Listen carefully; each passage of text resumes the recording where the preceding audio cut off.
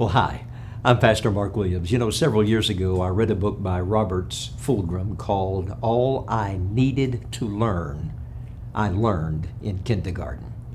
I suppose when I went to seminary, I really hoped that everything I would ever need to know about ministry, I would learn in seminary. And to be sure, I learned so much. I would not give anything for the time that I spent in seminary, learning to do biblical exegesis, learning the laws of hermeneutics, learning the importance of theology, both the history of theology and what it means to do theology as a pastor, learning how to integrate heart, head, and hand. All of that was so valuable. I wouldn't take anything for it. But it didn't take me long after seminary to begin to understand that there is much that I still did not know. So if I were to give advice to people who are in the early years of their ministry post-seminary, what would that advice be? Well, I'm certainly no authority, but here is what I would advise you. First of all, I would advise you to stay connected. The truth is, your ability to be sustained for long-term ministry will be in direct proportion to the initiative that you take for your own soul care. Soul care is not the responsibility of anyone else. It is really our responsibility. Sure, we are our sister and our brother's keeper, but yet, ultimately, we have to initiate soul care. And how do you stay healthy in your soul? Well, first of all, you stay connected. You stay connected to your conversion. You never forget where Jesus brought you from. You stay connected through your consecration, through the biblical practices of prayer and spiritual disciplines. You stay connected to your calling. Remember, you're not in ministry simply because you made a career choice. In the words of Jesus, you've not chosen me, but I have chosen you.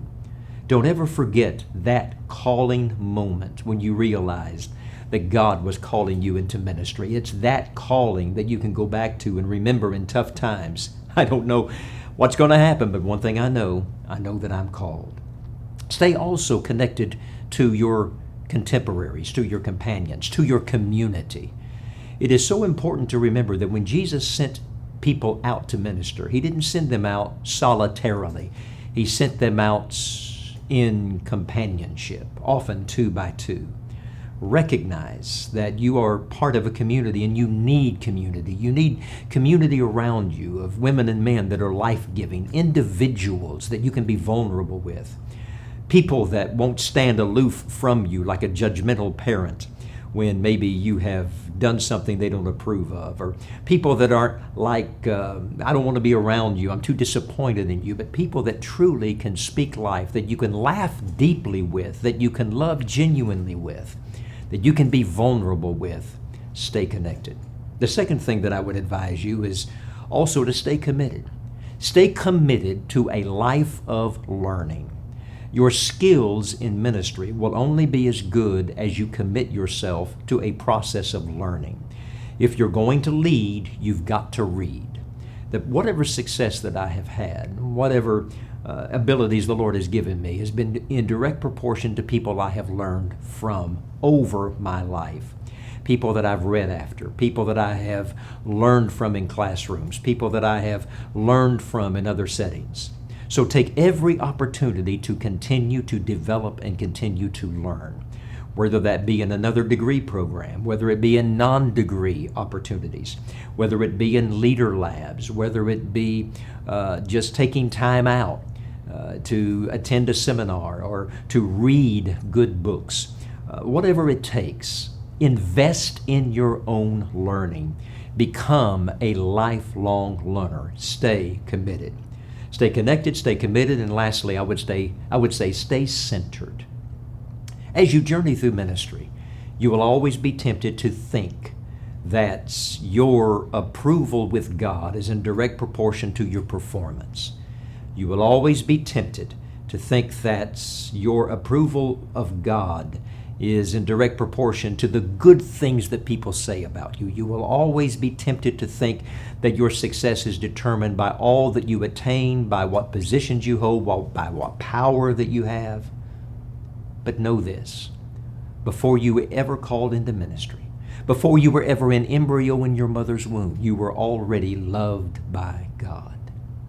Jesus, before he ever did much public ministry, he already had the affirmation of his heavenly Father, "You are my beloved Son, in whom I am well pleased." So it became easy for Jesus to resist the temptation of turning stones into bread because he realized that his value as a son was not based upon his performance.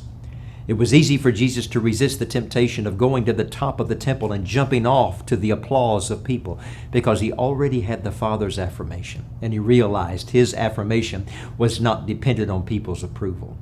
He already realized when he was offered the kingdoms of the world and the glory of those kingdoms that he didn't have to bow his knee for power because he recognized that he was already God's beloved son. And so are you. You are God's beloved daughter. You're God's beloved son, regardless and long before your performance, long before the applause of people, long before even the success that you've already had. So stay centered. You are the beloved of God. You know, not long after I began in ministry and we were pastoring our first church, I had the opportunity to hear and listen to Paul Walker in a Ministry Now conference. I'm telling you, it was a conference that really saved my life in ministry. We were having challenges fitting into the pastorate, trying to understand what all we were supposed to be doing. And though the people were loving us and things were going well, inside I was lost. I thought, oh no, what do I do? And in Paul Walker's seminar, he closed with the poem, a poem that was written by Beulah Cornwall called The Chosen Vessel. It's a poem that talks about God in search of a vessel. And all of these vessels that were lining up to be God's choice for ministry. Golden vessels, wooden vessels, beautiful silver vessels. But instead of all of those, God chose a broken vessel, a vessel of clay. And it concludes like this. Then the master looked down and saw a vessel of clay, empty and broken it helplessly lay. No hope had the vessel that the master might choose to cleanse and make whole, to fill and to use. Ah, this is the vessel I've been looking to find. I'll mend it and use it and make it all mine. I need not the vessel with pride of itself, nor the one who is narrow to sit on the shelf, nor the one who is big-mouthed and shallow and loud, nor the one who displays his contents so proud. Not the one who thinks he can do all things just right, this plain earthly vessel, filled with my power and might. Then gently he lifted the vessel of clay, mended and cleansed it and filled it that day. Spoke to it kindly. There's work you must do. Just pour out to others as I pour into you. God bless. Don't give up. The best is yet to come.